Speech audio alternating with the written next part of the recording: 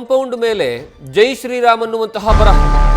ಬಾಗಲಕೋಟೆಯ ನವನಗರದ ಮಸೀದಿಯ ಮೇಲೆ ಜೈ ಶ್ರೀರಾಮ್ ಬರಹ ಬರೆಯಲಾಗಿದೆ. ಪುತ್ರನ ಕೈಯಿಂದ ಜೈ ಶ್ರೀರಾಮ್ ಅಂತ ಬರೆಸಿದ್ದಾರೆ ಚಾಲಕ. ಸೆಕ್ಟರ್ ನಂಬರ್ 44ರ ಮಸೀದಿಯ ಕಾಂಪೌಂಡ್ ಮೇಲೆ ಜೈ ಶ್ರೀರಾಮ್ ಅನ್ನುವಂತಹ ಬರಹವನ್ನು ಬರೆಯಲಾಗಿದೆ. ಆಟೋ ಚಾಲಕ ಯಮನೂರಿ ಎಂಬಾತನಿಂದ ಈ ಕೃತ್ಯವನ್ನು ಎಸಗಲಾಗಿದೆ. ಅಪ್ರಾಪ್ತ ಮಗನ ಕಡೆಯಿಂದ ಯಮನೂರಿ ಜೈ ಶ್ರೀರಾಮ್ ಅಂತ ಬರೆಸ್ತಾರೆ. ಯಮನೂರಿ ಮತ್ತು ಈಗ ಅವರ ಮಗನನ್ನ ವಶಕ್ಕೆ ಪಡ್ಕೊಂಡಿದ್ದಾರೆ ಪೊಲೀಸರು. ಜೊತೆಗೆ ವಿಚಾರಣೆಯನ್ನು ನಡೆಸ್ತಾ ಇದ್ದಾರೆ. ವಾಟರ್ ಬಾಟಲ್ನಿಂದ ಆ ಬರೆದಿರುವಂತಹ ಬರಹವನ್ನ ತೊಳೆಯುವಂತಹ ಕೆಲಸವನ್ನ ಪೊಲೀಸರು ಮಾಡಿದ್ದಾರೆ. ಇದು ಬಾಗಲಕೋಟೆಯ ನವನಗರದಲ್ಲಿ ನಡೆದಿರುವಂತಹ ಘಟನೆ.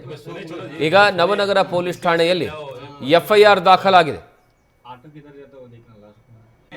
ये ऐसा हुआ सस्पेक्ट तो करना एज फाइल नहीं हमारा ये दूसरे एंगल से भी देखते हैं हमें सभी देखो सर हम क्या तो एक ये होना ना हमें क्या सर ज्यादा बहिरंग नहीं करना बोल के हमें तुम्हें सुने चलो ये तुम्हें सुने इसके वास्ते क्या हो पहुंचा हमारे. ನೀವು ಎರಡು ದೃಶ್ಯಾವಳಿಗಳನ್ನು ನೋಡ್ತಿದ್ದೀರಾ. ಒಂದು ಶಿವಾಜಿ ಮೆರವಣಿಗೆಯ ಸಂದರ್ಭದಲ್ಲಿ ಚಪ್ಪಲಿ ತೂರಿರುವಂಥದ್ದು, ಕಲ್ಲು ತೂರಿರುವಂತಹ ದೃಶ್ಯಾವಳಿಗಳು. ಮತ್ತೊಂದು ಕಡೆಗೆ ಜೈ ಶ್ರೀರಾಮ್ ಅಂತ ಮಸೀದಿಯ ಮೇಲೆ, ಮಸೀದಿಯ ಕಾಂಪೌಂಡ್ ಮೇಲೆ ಬರಹವನ್ನ ಬರೆದಿರೋದು.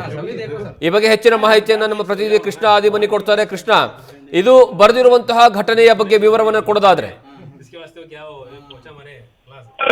ಎಷ್ಟು ಖಂಡಿತವಾಗಿ ಏನಂತ ಹೇಳಿದ್ರೆ, ಇವತ್ತು ಬಾಗಲಕೋಟೆ ನವನಗರದಲ್ಲಿ 2ನೇ ದಿನದ ಬಣ್ಣದಾಟ ಇತ್ತು. ಹೀಗಾಗಿ ಬಾಗಲಕೋಟೆ ಹಳೆ ನಗರ ಸೇರಿದಂತೆ ನವನಗರದಲ್ಲೂ ಕೂಡ ಇವತ್ತು ಬಣ್ಣದಾಟ ಏರ್ಪಡಿಸಿತ್ತು. ಜೊತೆಗೆ ಏನಂತ ಹೇಳಿದ್ರೆ, ಇವತ್ತು ಅಂದ್ರೆ ಮಧ್ಯಾಹ್ನ 12:30 ವೇಳೆಗೆ ಬಾಗಲಕೋಟೆಯ ನವನಗರದ ಸೆಕ್ಟರ್ ನಂಬರ್ 44ರಲ್ಲಿ ಮಸೀದಿ ಮುಂಭಾಗದಲ್ಲಿ ಒಂದು ಘಟನೆ ನಡೆಯುತ್ತೆ ಜಗದೀಶ್. ಅದರಲ್ಲಿ ಪ್ರಮುಖವಾಗಿ ಏನಂತ ಹೇಳಿದ್ರೆ, ಆಟೋ ಚಾಲಕ ಇರ್ತಾನೆ. ಈತ ಆಟೋ ಚಾಲಕನಾಗಿದ್ದು ಈತ ಬಾಗಲಕೋಟೆ ಮತ್ತು ನವನಗರದ ಮಧ್ಯೆ ತನ್ನ ಆಟೋವನ್ನ ಓಡಿಸ್ತಾ ಇರ್ತಾರೆ. ಈ ಮಧ್ಯೆ ಏನಂತ ಹೇಳಿದ್ರೆ, ಈತ ತನ್ನ ಮಗನನ್ನ ಅಂದ್ರೆ ತಾನು ಕೃತ್ಯ ಎಸಗಬೇಕಾದ್ರೆ ತನ್ನ ಮಗನನ್ನು ಕರೆದುಕೊಂಡೋಗಿ ಆತನ ಕೈಯಲ್ಲಿ ಅಲ್ಲಿ 44ನೇ ಸೆಕ್ಟರ್ನಲ್ಲಿರುವಂತಹ ಮಸೀದಿ ಮೇಲೆ ಜೈ ಶ್ರೀರಾಮ್ ಎಂಬ ಘೋಷವಾಕ್ಯನ ಬರೆದು ಈಗ ಇಕ್ಕಟ್ಟಿಗೆ ಸಿಲುಕಾಕಿಕೊಂಡಿರುವಂತದ್ದು. ಜೊತೆಗೆ ಏನಂತ ಹೇಳಿದ್ರೆ, ಈತ ಅಲ್ಲಿಂದ ಆಟೋದಲ್ಲಿ ತಾನು ಜೊತೆಗೆ ತನ್ನ 2 ಮಕ್ಕಳು ಸೇರಿದಂತೆ ತನ್ನ ತಂಗಿ ಸಹೋದರಿಯರ ಮಕ್ಕಳನ್ನು ಕೂಡ ಆತ ತನ್ನ ಜೊತೆಗೆ ಕರೆದುಕೊಂಡು ಹೋಗಿರ್ತಾನೆ. ಅವರೆಲ್ಲರೂ ಕೂಡ ಅಪ್ರಾಪ್ತರಾಗಿರುವಂತದ್ದು. ಜೊತೆಗೆ ಏನಂತ ಹೇಳಿದ್ರೆ, ಆತ ಅವರ ಕೈಲಿ ಈ ರೀತಿಯಾದಂತ ಬರಹನ ಬರೆಸಿ ಅಲ್ಲಿಂದ ಕಾಲ್ಕಿರ್ತಾನೆ. ಅದ್ರ ಜೊತೆಗೆ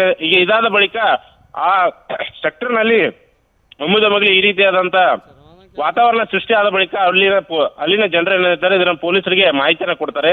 ಮಾಹಿತಿಯನ್ನ ಕೊಟ್ಟ ಬಳಿಕ ಏನಂತ ಹೇಳಿದ್ರೆ, ಸ್ಥಳಕ್ಕೆ ಆಗಮಿಸಿದ ಪೊಲೀಸರು ಅದನ್ನ ನೀರಿನಿಂದ ಅಂದ್ರೆ ಗೋಡೆ ಮೇಲೆ ಅಂದ್ರೆ ಮಸೀದಿಯ ಗೋಡೆ ಮೇಲೆ ಏನು ಜೈ ಶ್ರೀರಾಮ್ ಎಂಬ ಬರಹನ ಬರೆದಿರ್ತಾರೆ ಅದನ್ನ ನೀರಿನಿಂದ ಸಂಪೂರ್ಣವಾಗಿ ಅಳಿಸಿ ಹಾಕ್ತಾರೆ. ಜೊತೆಗೆ ಆ ಮಸೀದಿಯಲ್ಲಿರುವಂತಹ CCTVಯನ್ನ ಪರೀಕ್ಷಿಸಿದಾಗ ಈತ ಯಮನೂರಿ ಭಜಂತ್ರಿ ಎಂಬ ವ್ಯಕ್ತಿ ಇರ್ತಾನೆ. ಆತ ಆ ಟಮ್ಟಮ್ ಅನ್ನ ಓಡಿಸ್ತಾ ಇರ್ತಾರೆ. ಟಮ್ಟಮ್ ಅನ್ನ ಓಡಿಸುವ ಆತ ಇವತ್ತು ಏನಂತ ಹೇಳಿದ್ರೆ, ಬಾಗಲಕೋಟೆ ಅಂದ್ರೆ ನಿನ್ನೆ ಮತ್ತು ಇವತ್ತು ಮತ್ತು ನಾಳೆ 3 ದಿನಗಳ ಕಾಲ ಬಾಗಲಕೋಟೆಯಲ್ಲಿ ಹೋಳಿ ಆಚರಣೆ ಇರುತ್ತೆ. ಈ ಹೋಳಿ ಆಚರಣೆ ಮುಗಿಸ್ಕೊಂಡು ಬಳಿಕ ತನ್ನ ಮಕ್ಕಳು ಮತ್ತೆ ತನ್ನ ಸಹೋದರಿಯ ಮಕ್ಕಳನ್ನ ಆಟೋದ ಅಂದ್ರೆ ಟಮ್ಟಮ್ ನಲ್ಲಿ ಕರೆದುಕೊಂಡು ಬಂದಾಗ ಅಲ್ಲಿ ಆತ ತನ್ನ ಮಗನ ಕೈಯಲ್ಲೇ ಈ ರೀತಿಯಾದಂತ ಬರವಣಿಗೆ ಬರೆಸಿರುವುದು CCTVಯಲ್ಲಿ ಕೂಡ ದಾಖಲಾಗಿರುವಂತದ್ದು. ಇನ್ನ ಈ ಪ್ರಕರಣಕ್ಕೆ ಸಂಬಂಧಪಟ್ಟಂತೆ ಈಗ ಆತ ಏನು ಆಟೋ ಟಮ್ಟಮ್ ಚಾಲಕ ಏನಿದ್ದಾನೆ ಯಮನೂರು ಸೇರಿದಂತೆ ಅಪ್ರಾಪ್ತ ಬಾಲಕರನ್ನು ಕೂಡ ಈಗಾಗಲೇ ನವನಗರ ಪೊಲೀಸರು ಈಗಾಗಲೇ ಬಂಧನ ಮಾಡಿರುವಂತದ್ದು. ಈ ಕುರಿತು ನವನಗರ ಪೊಲೀಸ್ ಠಾಣೆಯಲ್ಲೂ ಕೂಡ ಪ್ರಕರಣ ದಾಖಲಾಗಿರುವಂತದ್ದು. ಇನ್ನ ಈ ಪ್ರಕರಣಕ್ಕೆ ಸಂಬಂಧಪಟ್ಟಂತೆ ಮಾತನಾಡೋದಾದ್ರೆ, ಇನ್ನ ಫೆಬ್ರವರಿ 19ರಂದು ಇಲ್ಲಿ ಬಾಗಲಕೋಟೆಯಲ್ಲಿ ನಡೆದಂತ